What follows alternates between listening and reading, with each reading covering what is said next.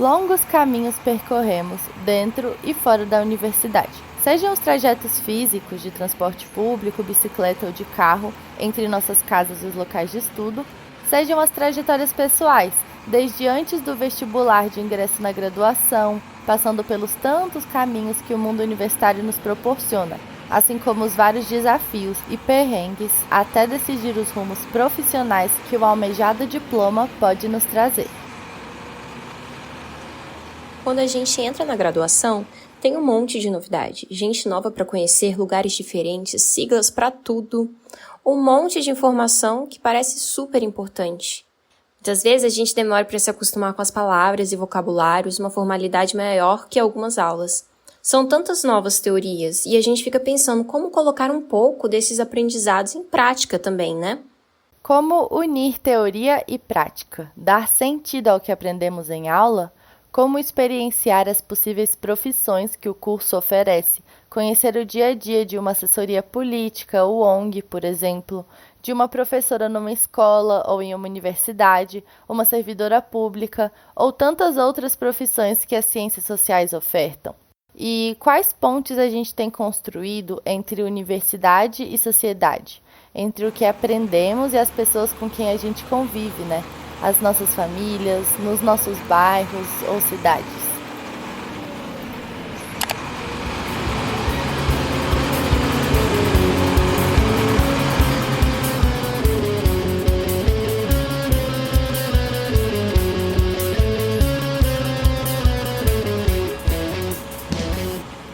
Você está no Mundo na Sala de Aula. Aqui a gente conversa sobre vivências da vida universitária. Nessa temporada, estamos ouvindo histórias de estudantes de graduação da UNB e da Unicamp, sobre projetos e esferas da universidade, como a iniciação científica ou a docência, a extensão, a militância, entre outros. Eu sou a Rai. Eu sou a Irene e hoje vamos conversar sobre um pilar muito importante da universidade, a extensão. Vamos conhecer 2 projetos de extensão que ampliam o conhecimento científico para além da sala de aula. Recebemos aqui o projeto LAPA, Laboratório de Pesquisa e Extensão com Povos Tradicionais, Ameríndios e Afro-Americanos, do Departamento de Antropologia, do Instituto de Filosofia e Ciências Humanas da Unicamp, coordenado pelo professor José Maurício Paiva Dion Arruti e representado pelo extensionista Alexander Pereira. Por exemplo, a gente faz uma extensão com comunidades quilombolas e trazemos essas comunidades para dentro da academia, né? Essa ocupação, ela muda o conhecimento, ela muda as relações de aprendizagem e de produção em si, né? E também está com a gente o projeto Ciências Sociais nas Escolas, também chamado de CISO, do Departamento de Sociologia da UNB, coordenado pelo professor Stefan Klein e representado aqui hoje pelo extensionista Irlan Delfino Lopes de Alcântara. Eu gosto bastante quando eu chego na sala de aula, porque, assim, imagine você chegar numa sala com 40 e poucos alunos e todo mundo te chamar de professor e te reconhecer de longe.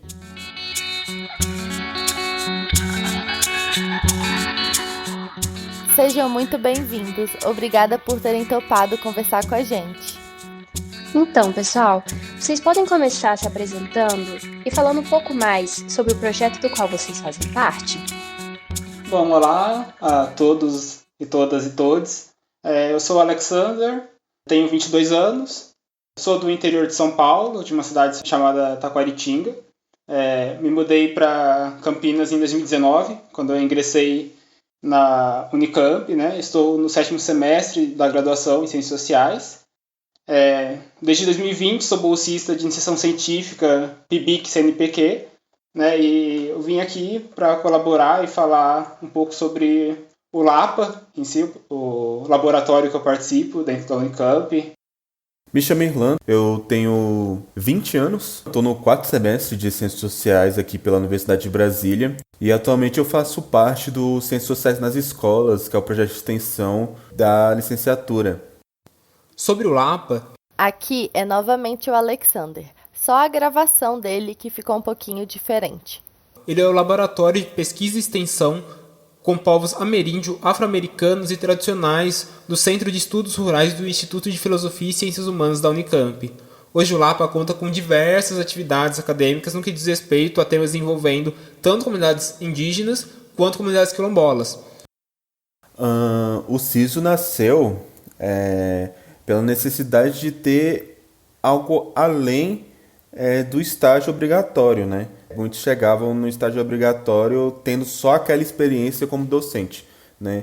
O estágio obrigatório que o Irlan citou é o estágio supervisionado das licenciaturas.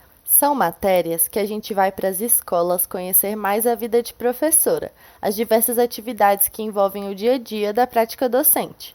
E aí, para quem busca mais tempo de experiência e formação no contexto dos sistemas públicos de ensino, tem outros projetos de extensão também, como o Ciências Sociais nas Escolas, ou o CISO. E a gente, dentro do CISO, a gente trabalha na questão de tentar auxiliar o professor dentro da sala de aula, né? Construindo planos de aula, mandando materiais e tudo mais. Os projetos de extensão criam pontes de conhecimento entre a sociedade, né? A gente transporta e produz conhecimento nos deslocamentos que realizamos, física ou simbolicamente. Irlan, como você conheceu o CISO e como é o seu percurso de atuação no projeto? Eu conheci, quando eu entrei na UNB, eu entrei no projeto de extensão da empresa Júnior, né, tentando entender um pouco mais o que seria as ciências sociais. Eu sabia que eu queria fazer sociologia, né, só que eu não sabia quais eram os outros mercados e tudo mais. Aí eu entrei na empresa Júnior, tive contato muito com dados, ciências de dados e tudo mais, e eu já tinha, desde cedo, interesse em ser docente, né, só que eu ainda não sabia se era isso que eu queria ou não, né. Então, quando abriu o processo seletivo e eu corri para saber o que eles faziam, qual era o projeto, quais eram os objetivos, se eu podia entrar realmente, né? Porque eu estava recém-ingresso, ainda não tinha passado nada por teorias da educação e tudo mais, né? Nem metodologia. Porém, quando eu entrei, eu percebi que, né, eu ia conseguir construir isso através da prática, né? Acho que é basicamente isso que acendeu a chama para eu entrar no CISO. No meu caso, a minha escola de atuação é o Sede Estela dos Querubins, em Planaltina, e eu moro em Planaltina, né? Para quem não é aqui da UNB ou de Brasília, é bom explicar que Planaltina é uma das 33 regiões administrativas do Distrito Federal. É uma cidade que fica mais para a parte nordeste do quadrilátero, no limite com o entorno do DF. Então, a escola fica aproximadamente 1,5 quilômetros, então eu consigo ir a pé, e é interessante o objetivo do projeto, né, que também é tentar estar junto à sociedade, né. Eu gosto bastante quando eu chego na sala de aula, porque, assim, imagine você chegar numa sala com 40 e poucos alunos e todo mundo te chamar de professor e te reconhecer de longe, né? Principalmente quando você é da comunidade e você tá andando na rua e falar: olha, mãe, meu professor. Isso dá uma chama, assim, né? Dá um certo prazer, né? De ser reconhecido e tudo mais. E acho que esse é meu caminho, praticamente, né? Eu saio de casa e vou direto para a escola. E você, Alexander? Como é que você descobriu o projeto Lapa? E o que você tem feito atualmente no projeto? Então, eu brinco que, assim, eu não descobri o Lapa, ele que me descobriu, assim. No começo de 2020, né, teve um processo do meu orientador, um processo seletivo do meu orientador, que ele buscava um assistente de pesquisa para o Afro-Sebrap, que posteriormente eu fui me tornar o assistente de pesquisa dele lá. Só que no momento não deu certo e ele falou: eu gostei de você, sabe, mostra um potencial, um interesse, vamos tentar um mais C. Aqui, o Alexander comenta sobre a iniciação científica, chamada de IC na Unicamp, e na UNB a gente chama de PIBIC, que é a sigla para Programa Institucional de Bolsas de Iniciação Científica. É muito interessante ver como os projetos podem começar com uma pesquisa e depois virar extensão e por aí vai.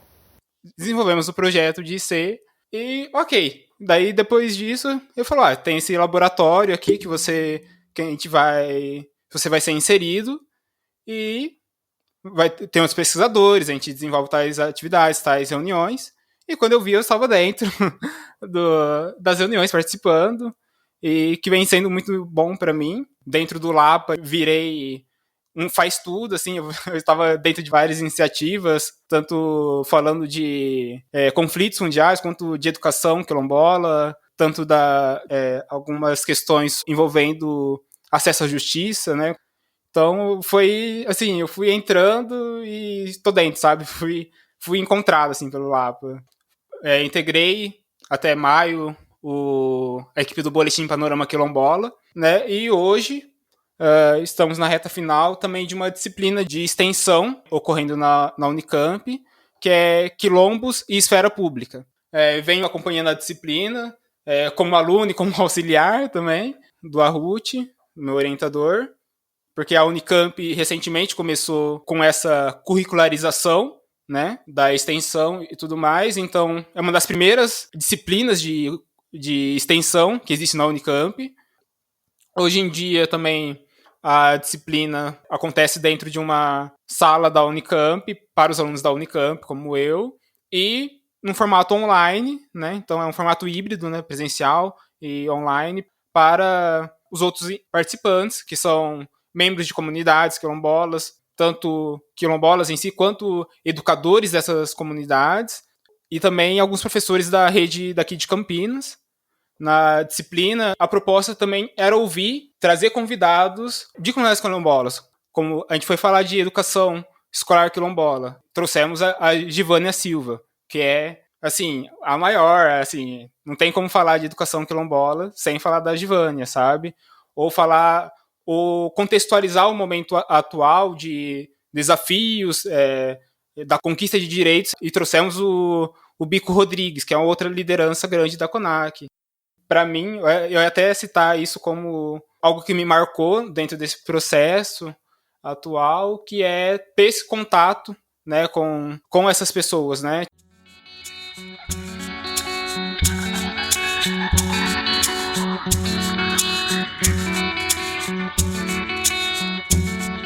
Caraca, Alexandra, eu achei o máximo que você trouxe pra gente. Eu fiquei até curiosa de ver mais pertinho essa disciplina. Então, a gente já entrou no tema das histórias marcantes. Será que vocês podem contar mais pra gente quais outras experiências foram importantes para vocês ao participar desses projetos? No âmbito da pesquisa, integrei o Boletim Panorama Quilombola, que é uma parceria do Lapa com o Afro-Sebrap, que a intenção é desenvolver produções semestrais sobre temas, sobre notícias, entrevistas com personalidades quilombolas. Então, a gente tinha edições fazendo um balanço de notícias do que aconteceu em comunidades quilombolas em 2021, algumas edições sobre temas específicos, com artigos de quilombolas e estudiosos sobre comunidades quilombolas, né? Falando sobre educação, falando sobre acesso à justiça, e repetindo esses temas também, produzindo entrevistas com personalidades. Dentro dessa questão, uma que me marcou muito, da edição de acesso à justiça, que a gente entrevistou a Versilene Dias, primeira mestre quilombola do país, fez mestrado em Direito Agrário.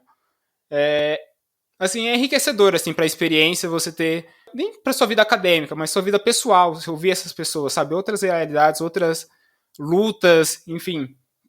E eu acho que isso me marcou muito.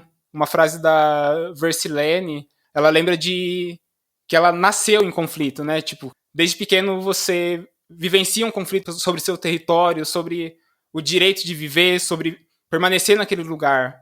Então, eu acho que isso é uma das coisas que mais me marcaram, assim, ter esse contato, ouvir essas pessoas, né? Quando eu cheguei na escola, a primeira coisa que me perguntaram era se eu tinha que pagar para estudar, né? A gente atua com os alunos do primeiro ano, né? E eles não tinham aquele acesso de saber que a universidade é pública, né? E que não precisaria pagar nenhum tipo de mensalidade, né? Quando eu cheguei lá e eu apresentei a universidade, eles ficaram encantados. Muitos ficaram interessados em saber quais eram os cursos que tinham, se ele poderia, sei lá, fazer direito e virar um advogado sem pagar. E como funcionava a nota, né? Como que você pode entrar e tudo mais. E é interessante que a gente, dentro da eletiva, a gente estava trabalhando um pouco do PAS, programa de avaliação seriada. E eles iam, em tese, fazer o PAS 1 nesse ano, né? Então, foi uma maneira da gente tentar trazer um pouco da realidade, né? Da universidade e tudo mais. E eu consegui me aproximar muito mais porque, assim, a escola de Planaltina, eu sou de Planaltina, eu sei as dificuldades que é de sair de uma região administrativa para chegar no centro. Eles tinham essa visão de tipo, nossa, eu vou ter que pegar ônibus, vou ter que sair de casa de madrugada para conseguir chegar no horário e tudo mais, né? E eu consegui trazer um pouco dessa visão. Então eu tento ser o máximo acolhedor naquele momento, né? E no SISO, né, na sala, estava eu e mais uma pessoa, né? Então era uma conversa, era um momento muito descontraído e de muito aprendizado, né? Enquanto a gente já conseguia aprender muito com eles, e eles aprendiam muito com a gente, né? E é basicamente isso. Uma coisa interessante que o Irlan comentou, e eu acho que eu venho pensando muito nisso também, não só sobre essas experiências com projetos de extensão, mas outras também que eu venho tendo, questão de prática docente e tudo mais. Assim como ouvir essas personalidades quilombolas me fazem pensar numa educação acolhedora, né? Uma educação que, tipo, você esteja disposto a acolher e ouvir aquelas pessoas, como aquelas pessoas trazem as experiências delas para dentro da sala de aula e, a partir disso, produzem conhecimento, né? Discutem e produzem de forma coletiva. E isso vem sendo muito interessante no projeto em si, eu ter esse contato com essas pessoas. Por exemplo, nessa entrevista, né, que a gente conversou com a Sandra Andrade, a Sandra, assim, uma pessoa maravilhosa, que eu já vi ela em lives e tudo mais, por aí. Tipo, ter conversado com ela foi um prazer enorme, assim. E teve um momento que ela se emocionou, falando sobre a questão da luta quilombola e, enfim, sobre todo momento e tensões que ela já vivenciou, né, em anos de luta.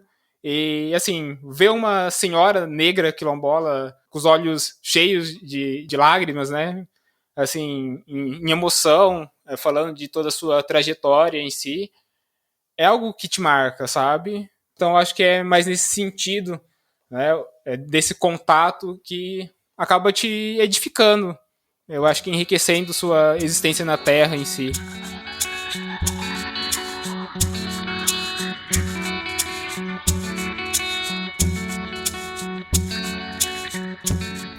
Nossa, gente, que trocas e experiências incríveis que vocês estão nos contando, com uma sensibilidade que potencializa a produção de conhecimento.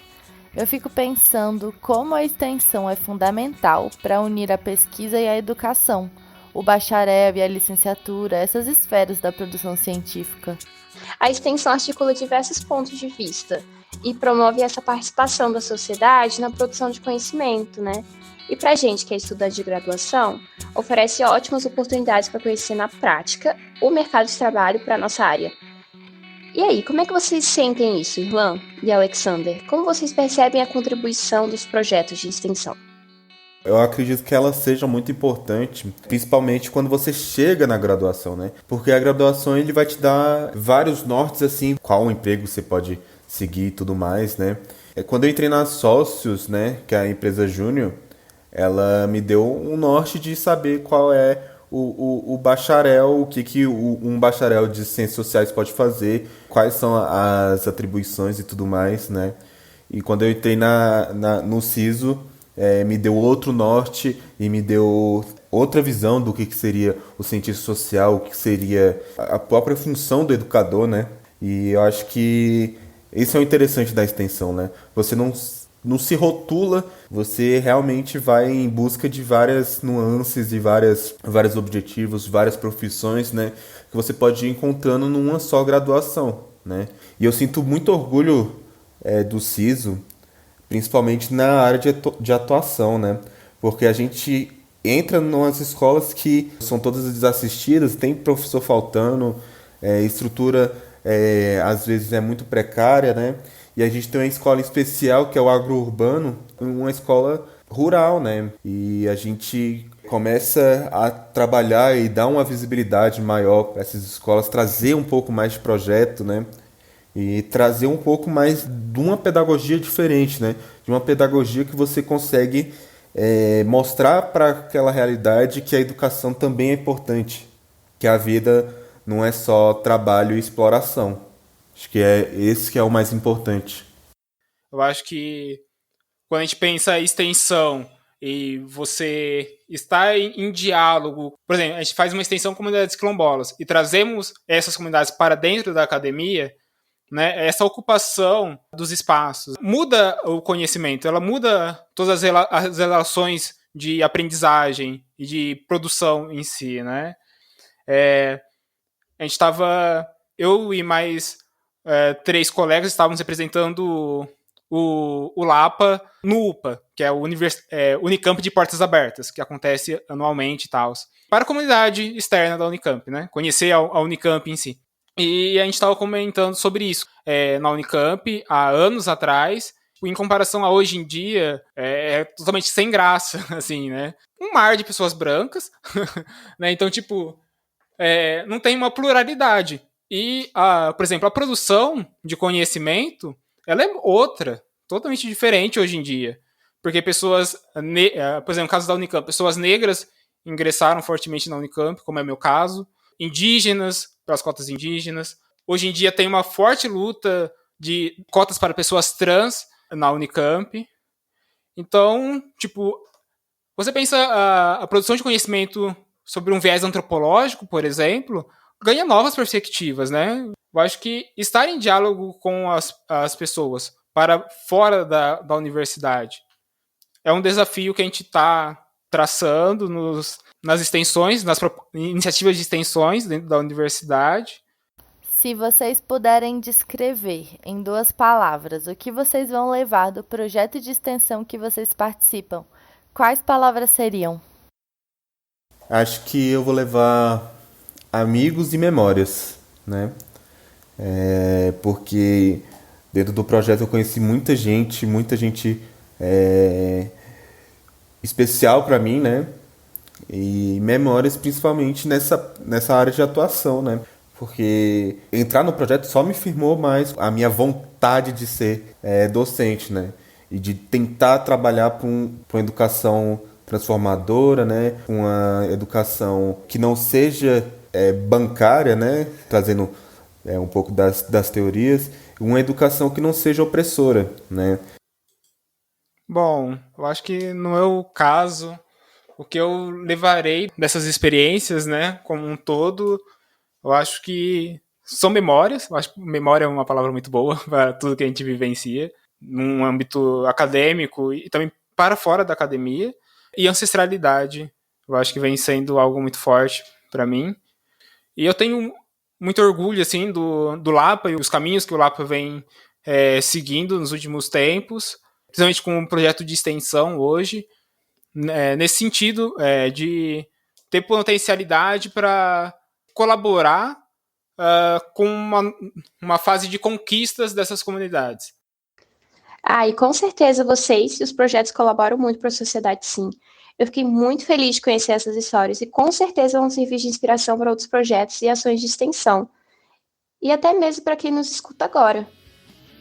Hoje vamos ficando por aqui, mas eu agradeço demais a participação de vocês, a disponibilidade de tempo, a simpatia e a abertura para compartilhar essas vivências com a gente.